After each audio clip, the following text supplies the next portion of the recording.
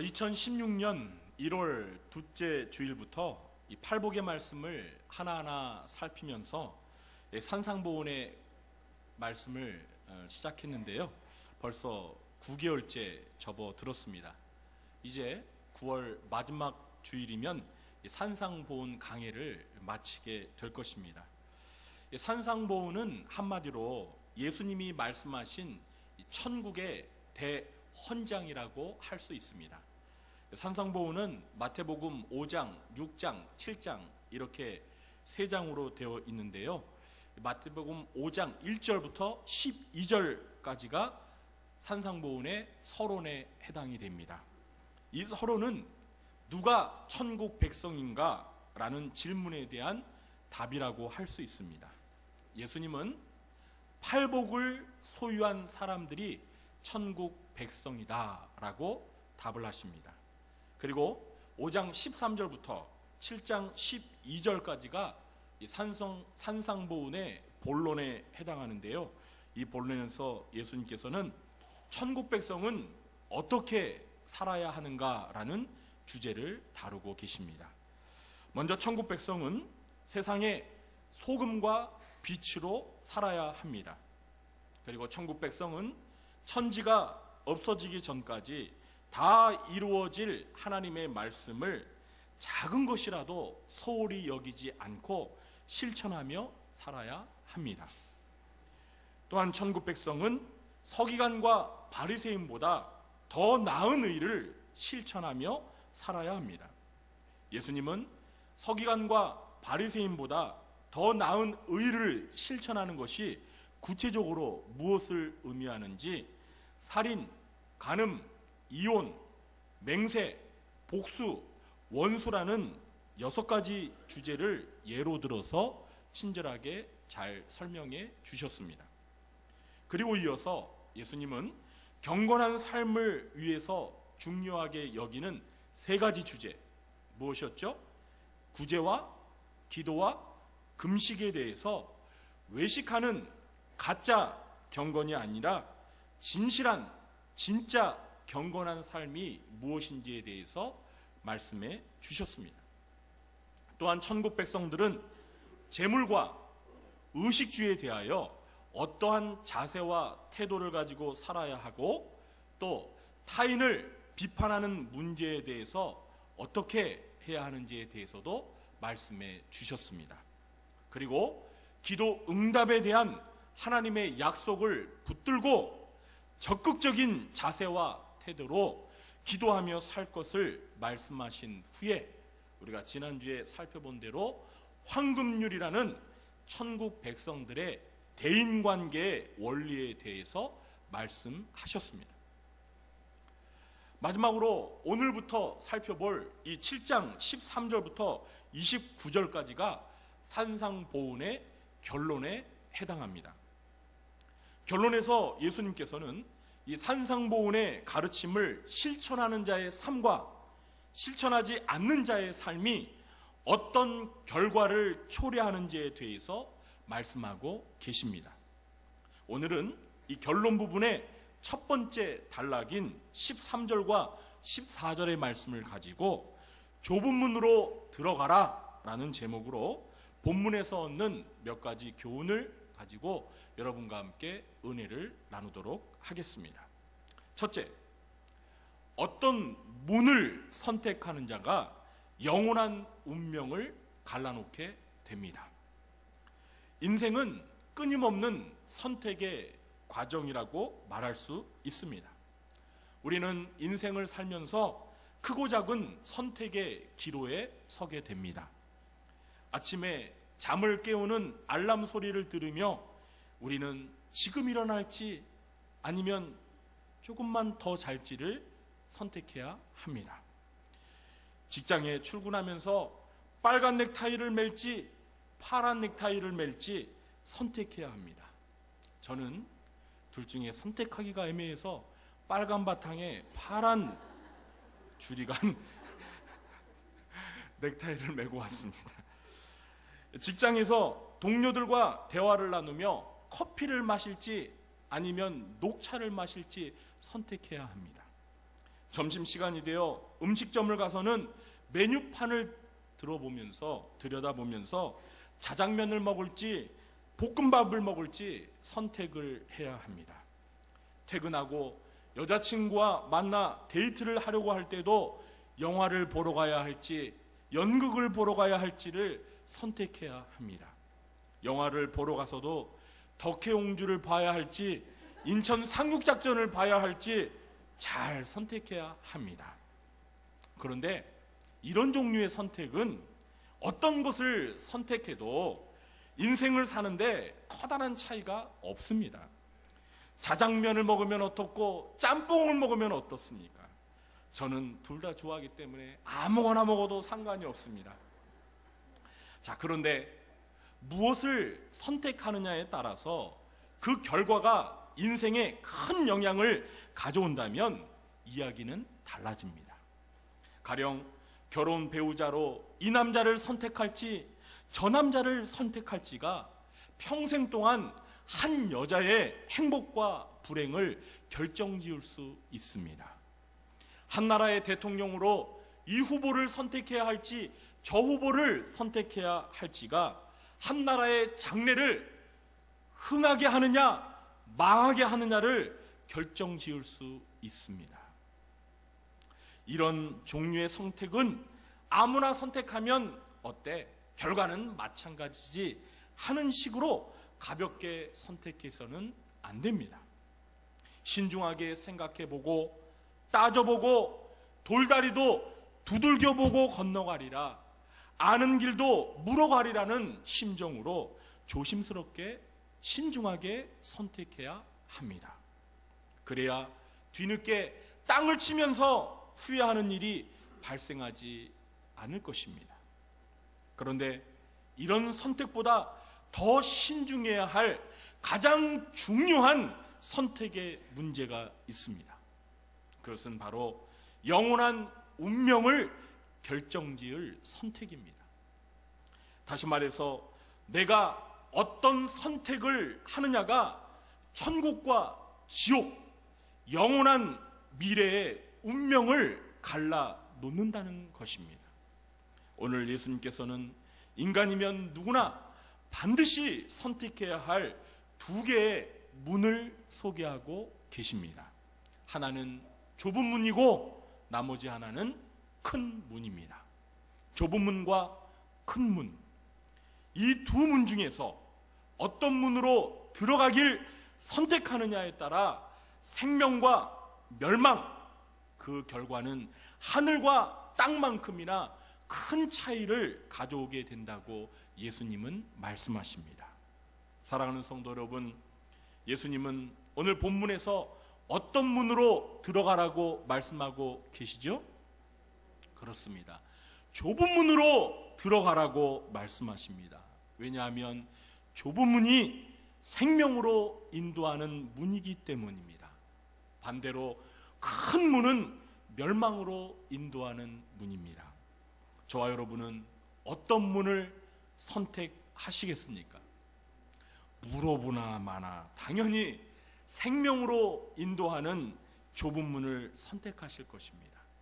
그리고 저와 여러분뿐만 아니라 모든 사람이 다 좁은 문을 선택할 거라 예상할 수 있습니다.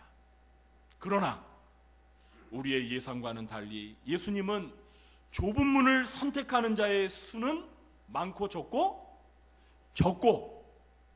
큰 문을 선택하는 사람의 수는 많고 적고 많다고 말씀하십니다.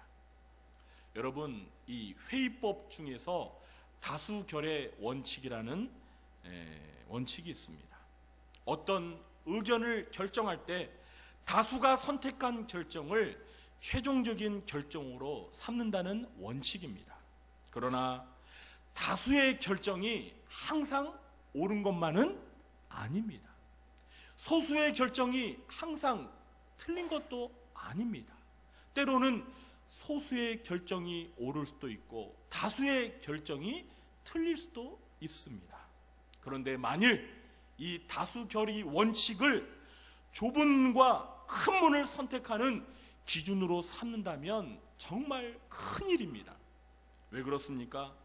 큰 문을 선택하는 사람들이 좁은 문을 선택하는 사람들보다 훨씬 많은데, 이 많은 수만 놓고 봐서 큰 문을 선택한다면 멸망으로 인도할 것이기 때문입니다. 사랑하는 성도 여러분, 그러면 이 생명으로 인도하는 좁은 문의 정체는 무엇일까요? 생명으로 인도하는 이 좁은 문의 정체, 그것은 바로 우리 주 예수 그리스도이십니다. 예수님께서는 요한복음 10장 9절에서 예수님 자신이 구원의 문이 되심을 이렇게 말씀하셨습니다. 내가 문이니 누구든지 나로 말미암아 들어가면 구원을 받고. 누가 구원의 문이라고요? 예수님이. 예수님께서 바로 생명으로 구원으로 인도하는 좁은 문이십니다. 이 예수님이라는 문을 통과해야만 영원한 생명을 얻을 수 있습니다. 구원을 받을 수 있습니다. 이 사실을 믿으십니까? 그러므로 생명으로 인도하는 좁은 문을 들어간다는 것은 예수님을 믿어 구원을 받는다는 의미입니다. 그런데 예수님은 이 좁은 문을 찾고 이 좁은 문으로 들어가는 사람이 많다고 했습니까? 적다고 했습니까? 그렇죠. 적다고 하셨습니다. 이것은 예수님을 믿어 구원을 받는 사람의 수가 적다는 것을 의미하는 것입니다. 그렇습니다. 여러분, 오늘날 전 세계 인구가 얼마나 되는지 아십니까? 제가 말씀을 준비하면서 인터넷을 검색했더니요, 대략 75억 정도 됩니다. 75억. 놀라지도 않으시나네요.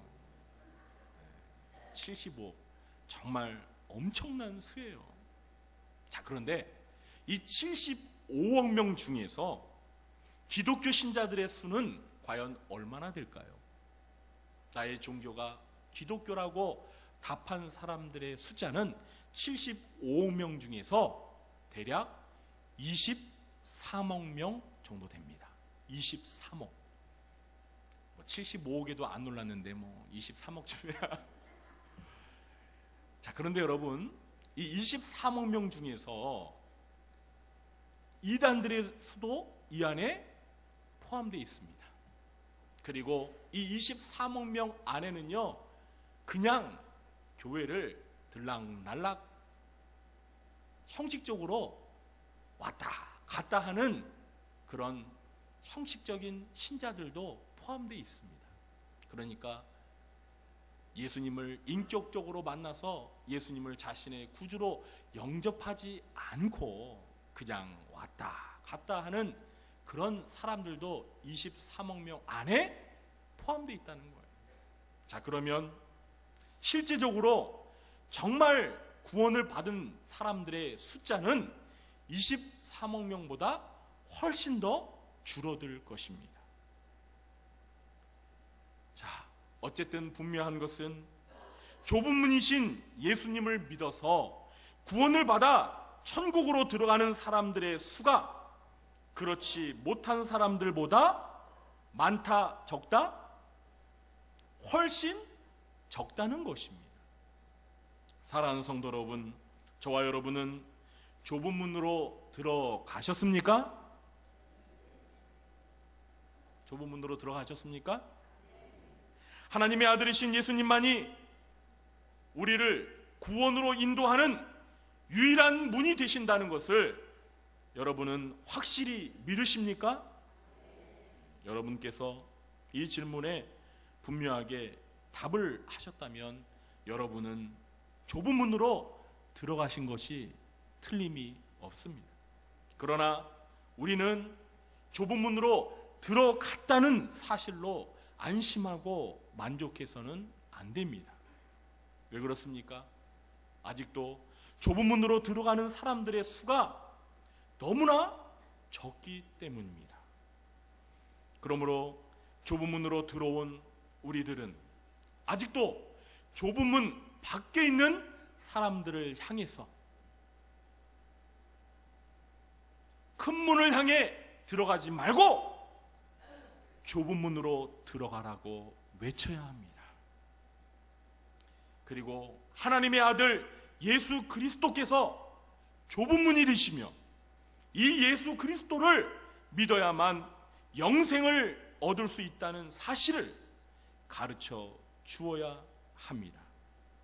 그리고 멸망의 문인 큰 문을 향해서 걸어가고 있는 사람들, 그리고 이미 그 큰 문 안으로 들어가 있는 사람들, 그러니까 예수님만이 구원자가 된다는 사실을 모르고 다른 종교의 창시자를 믿거나 어떤 교주를 믿어서 큰 문으로 들어가 있는 사람들을 향해서 어서 나오라고, 그 큰 문을 향해서 가지 말라고, 이 좁은 문을 향해서 들어오라고 우리는 확신 가운데 말할 수 있어야 되는 것입니다. 우리 구주한교회 성도님들은 모두가 먼저 좁은 문 안으로 확실히 들어가셔서 좁은 문 밖에 있는 사람들을 향해서, 그리고 큰 문으로 들어가 있는 사람들을 향해서 모두 좁은 문 안으로 들어오라고 좁은 문으로 인도하는 전도자의 사명을 잘 감당하시게 되길 주님의 이름으로 축원합니다. 둘째, 좁은 문을 통과하면 산상보훈의 가르침을 실천하는 좁은 길을 가야 합니다. 예수님께서는 오늘 말씀에서 문과 함께 길에 대해서도 말씀하셨습니다. 좁은 문에는 어떤 길이 이어지죠? 협착한 길. 네, 어려운 말 쓰지 않고요, 협착 대신에 그냥 좁은 길이라고 하겠습니다. 좁은 문에는 좁은 길이 이어지고 큰 문에는 어떤 길이 이어지죠? 넓은 길이 이어진다고 말씀하십니다. 사실 많은 사람들이 좁은 문으로 들어가기를 꺼려하면서 이 좁은 문을 찾는 자가 적었던 이유는 좁은 문에 들어가면 좁은 길이 있기 때문입니다. 14절 말씀입니다. 생명으로 인도하는 문은 좁고 길이 협착하여 찾는 자가 적음이라. 여러분, 예수님께서 이 말씀을 하실 때 얼마나 가슴이 안타까우셨을까요? 생명으로 인도하는 문은 좁고 길이 협착하여도 찾는 자가 많음이라, 이렇게 돼야지 우리 예수님께서 기쁘셨을 텐데, 생명으로 인도하는 문은 그 문이 좁고 그 길이 협착하여 찾는 사람의 수가 적대요. 사랑하는 성도 여러분, 그러면 여기에서 좁은 길이란 과연 무엇을 의미하는 것일까요? 이것은 예수님께서 산상보훈의 본론에서 말씀하신 구원받은 백성들이 살아야 할 삶의 길을 말하는 것입니다. 제가 오늘 설교의 서두에서 예수님께서 산상보훈의 본론에서 하신 말씀을 잘 요약하여서 설명해 드렸습니다. 그런데 그 말씀 중에서 몇 가지만 구체적으로 말씀을 드려본다면, 먼저 노하는 자마다 뭘 한 것이라고 그랬죠? 살인한 것이라고 했습니다. 여러분, 살인이 무엇입니까? 여러분은 살인을 어떻게 정의하십니까? 우리가 보통 생각하는 살인이라는 것은 멀쩡한 사람을 칼이나 총이나 찔러서 쏴서 죽이는 것이 살인이라고 생각을 합니다. 이것은 하나님을 믿지 않는 세상 사람들, 구원받지 못한 불신자들이 생각하는 살인의 정의예요. 그러나 우리 예수님께서 산상보훈을 통해서 구원받은 백성들이 살아가면서 가져야 할 살인의 기준은 말로써 형제를 향해서 욕하는 것, 그리고 형제를 향해서 화를 내는 것, 이런 것마저도 그 사람을 살인하는 것이라고 말씀하십니다. 여러분 가운데서는 신체적으로 살인을 하신 분들은 단 한 분도 안 계십니다. 그러나 죄송합니다. 예수님께서 산상보훈에서 말씀하신 살인의 기준에 따르면 저와 여러분은 벌써 지금까지 살아오면서 살인죄를 수두룩하게 저질렀습니다. 목사인 저도 많은 살인죄를 저질렀습니다. 마음의 살인 말이에요. 마음의 살인. 또 예수님께서는 여자를 보고 음욕을 품는 자마다 마음의 힘이 뭘 했다고요? 간음죄를 지었대요. 여러분, 세상 사람들에게 한번 물어보세요. 간음이 뭐냐고요? 그러면 결혼한 유부남 유부녀가 다른 남자와 여자와 성적으로 관계를 맺는 것이 간음이라고 말합니다. 맞습니다. 그게 법적인 간음이 맞습니다. 그러나 천국 백성인 하나님의 자녀들은 세상적인 기준으로 간음을 이해해서는 안 됩니다. 우리 예수님께서는 천국 백성들은 살아가면서 마음으로 여자를 보고 음욕을 품으면 간음죄를 저질렀다고 생각하라고 말씀하십니다. 여러분, 세상의 기준과 우리 그리스도인들의 기준이 달라요. 죄에 대한 세상의 기준은요, 이 땅 바닥이라면은요, 우리 그리스도인들이 가지고 있는 죄의 기준은 저 하늘만큼 높아요. 그 기준이 하늘만큼 높아요. 여러분, 세상 사람들에게 마음으로 음욕을 품어도 간음이라고 한번 말해보세요. 그러면은요, 다 비웃습니다. 뭐라고 그러는지 아세요? 아니, 실제 간음죄를 저지르지 않은 것만 해도 얼마나 잘하는 거야. 아니, 마음으로도 좀 음욕을 품고 살아야지. 그러면 어떻게 살라고? 그렇게라도 좀 해소를 해야지. 이렇게 생각을 해요. 뭐 마음으로 누구를 좋아하고 마음으로 음욕을 품었다고 그게 뭐가 잘못이야. 세상 사람들은 이렇게 생각합니다. 그게 세상 사람들의 윤리적인 수준이에요. 그런데 우리 예수님께서는 안 된다는 거예요. 마음으로 음욕을 품어도 그게 간음이라는 거예요. 회개해야 된다는 거예요. 천국 백성들의 삶은 이렇게 세상 사람들과 기준이 다릅니다. 수준이 달라요. 오른편 뺨을 치거든 왼편도 돌려대랍니다. 속옷을 달라고 하는 자에게 겉옷까지도 벗어달라고 합니다. 원수를 사랑하고 핍박하는 자를 향해서 축복을 하라고 합니다. 사랑하는 성도 여러분, 이러한 것들 가운데 어느 것 하나 실천하기에 쉬운 것은 없습니다. 예수님이 가르치신 교훈을 실천하는 것은 정말 좁은 길을 걷는 것과 같이 어렵기만 합니다. 그래서 우리 예수님은 누구든지 나를 따라오려거든, 나의 제자가 되려거든 어떻게 하라고 그러셨죠? 자기를 부인하고 자기 십자가를 지고 나를 따르라고 도전하셨습니다. 그리고 아예 이렇게 할 자신이 없으면 따르지 말라고 하셨습니다. 그만큼 우리 자신을 철저히 부인하고 나 자신을 십자가에 못 박는 결단과 각오가 없이는 천국 백성의 삶을 살 수가 없다는 말씀입니다. 사랑하는 성도 여러분, 천국 백성은 좁은 문으로 들어간 것으로 다 끝난 게 아닙니다. 우리는 좁은 문으로 들어간 것은 단지 시작에 불과하다고 생각해야 합니다. 우리가 좁은 문으로 들어서자마자 우리 앞에는 좁은 길이 놓여 있습니다. 좁은 문으로 들어서는 것도 쉽지 않았지만 좁은 길을 걷는 것은 더욱 어려운 것입니다.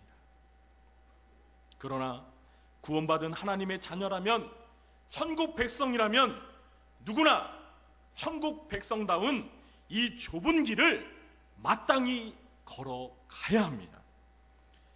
좁은 문을 들어선 천국 백성이 누구나 걷기 쉬운 이 넓은 길을 걸어갈 수는 없는 것입니다. 여러분, 좁은 문으로 들어왔는데 저 넓은 길을 부러워하면서 넓은 길로 갈아탈 수는 없어요. 큰 문을 통과하고 나서 저 좁은 길을 바꾸어 걸을 수도 없습니다. 일단 좁은 문 안으로 들어왔으면 좁은 길을 걸어가야 합니다. 이 한 길밖에 없어요. 사랑하는 성도 여러분, 우리 구원받은 천국 백성들은 멸망으로 향하는 길을 걷는 사람들과 똑같은 길을 걸을 수는 없는 것입니다. 구원받은 하나님의 자녀들은 구원받지 못한 불신자들과 비슷한 삶을 살 수 없는 것입니다. 사랑하는 성도 여러분, 우리를 구원하신 하나님 아버지께서는 자녀들인 저와 여러분을 향하여 내가 거룩하니 너희도 거룩하라고 구별된 삶을 요구하십니다. 여러분, 하나님 아버지의 이 말씀만 놓고 보면은요, 이거요 굉장히 부담스러운 요구예요. 내가 거룩하니, 하나님이 거룩하신데 하나님의 자녀들인 너희도 거룩해지래요. 여러분, 이 말만 놓고 생각해 보면은요, 하나님께서 지금 저와 여러분에게 하나님의 수준을 요구하는 거예요. 나를 닮으라는 거예요. 하나님을 닮으라는 거예요. 내가 거룩하니 너희도 거룩하라. 너희도 나와 똑같아지라는 거예요.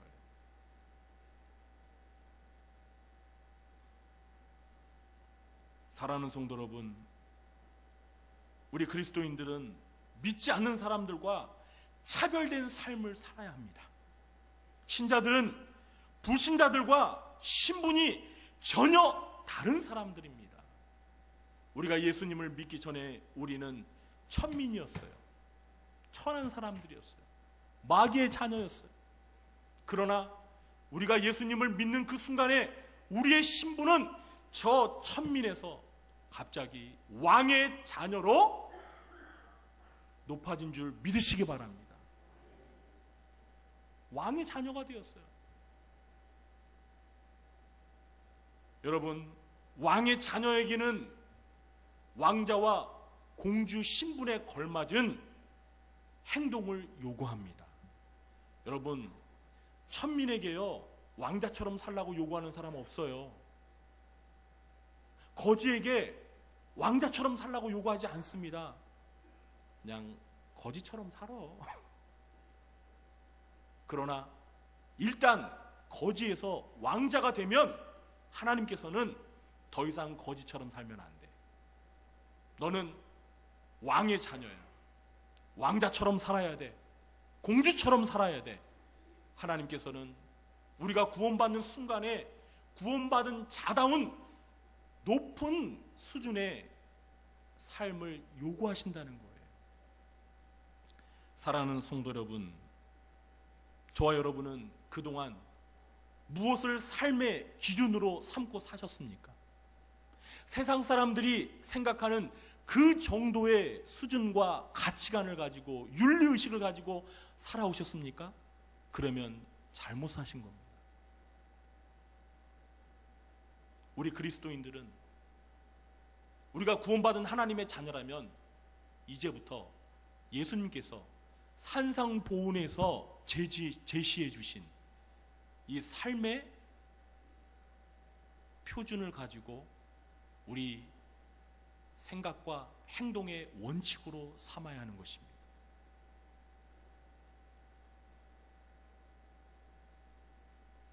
이제 추석 연휴를 마치고 오늘 정말 기쁜 마음으로 예배를 드리러 왔는데 설교를 듣다 보니까 갑자기 마음이 무거워지죠.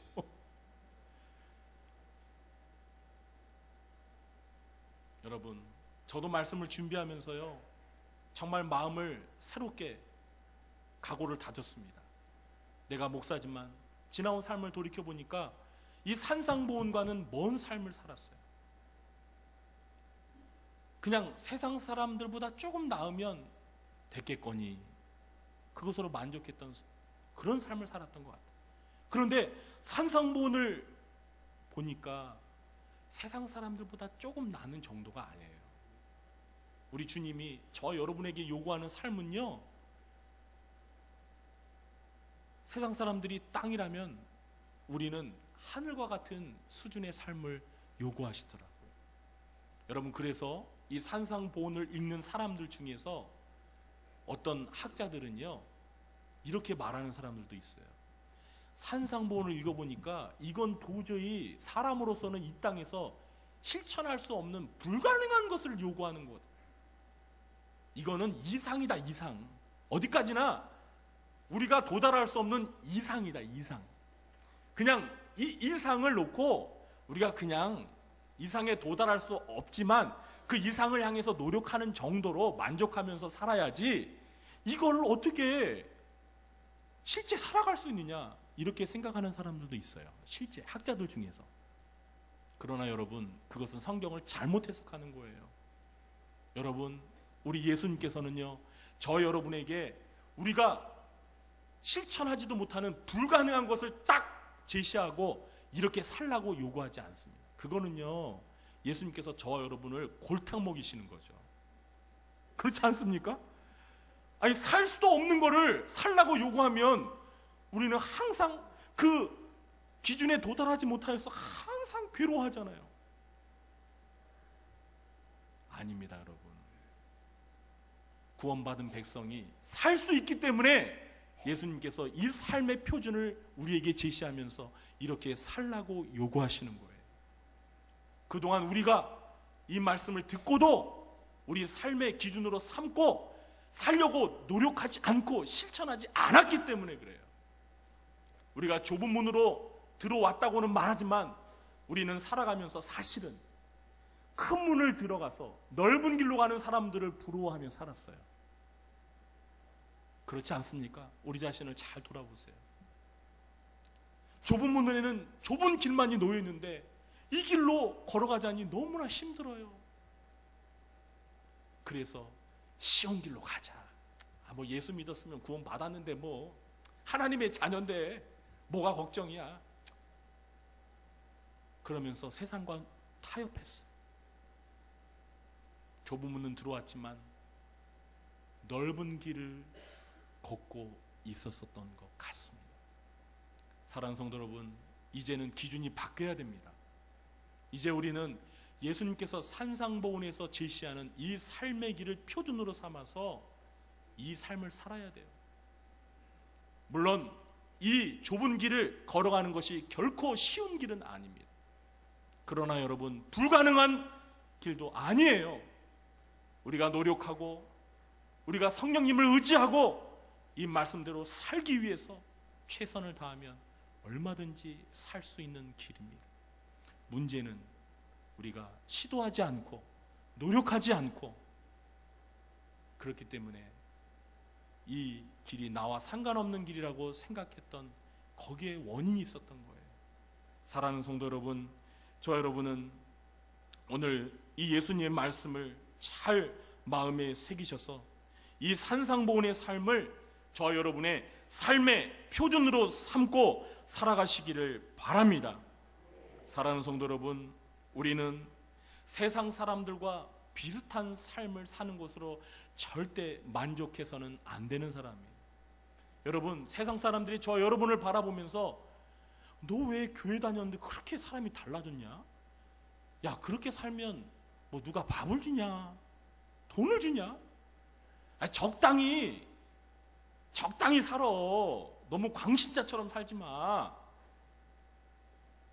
이런 소리를 들을 수 있어야 돼요. 이런 소리를 들어야 돼요.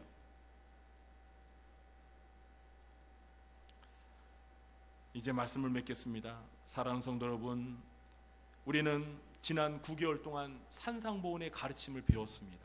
이 말씀을 들으면서 저와 여러분은 예수님의 가르침을 들으며 얼마나 감탄했습니까? 우리 예수님 정말 어쩌면 이렇게 은혜스러운 말씀을 하셨나. 그러나 이제 산상보훈의 결론에 와서 우리는 더 이상 감탄하는 것으로 그치면 안 돼요. 이 말씀대로 살아야 됩니다. 우리 주님이 요구하시는 건 바로 이거예요. 우리 앞에는 두 길밖에 없어요. 두 문밖에 없어요.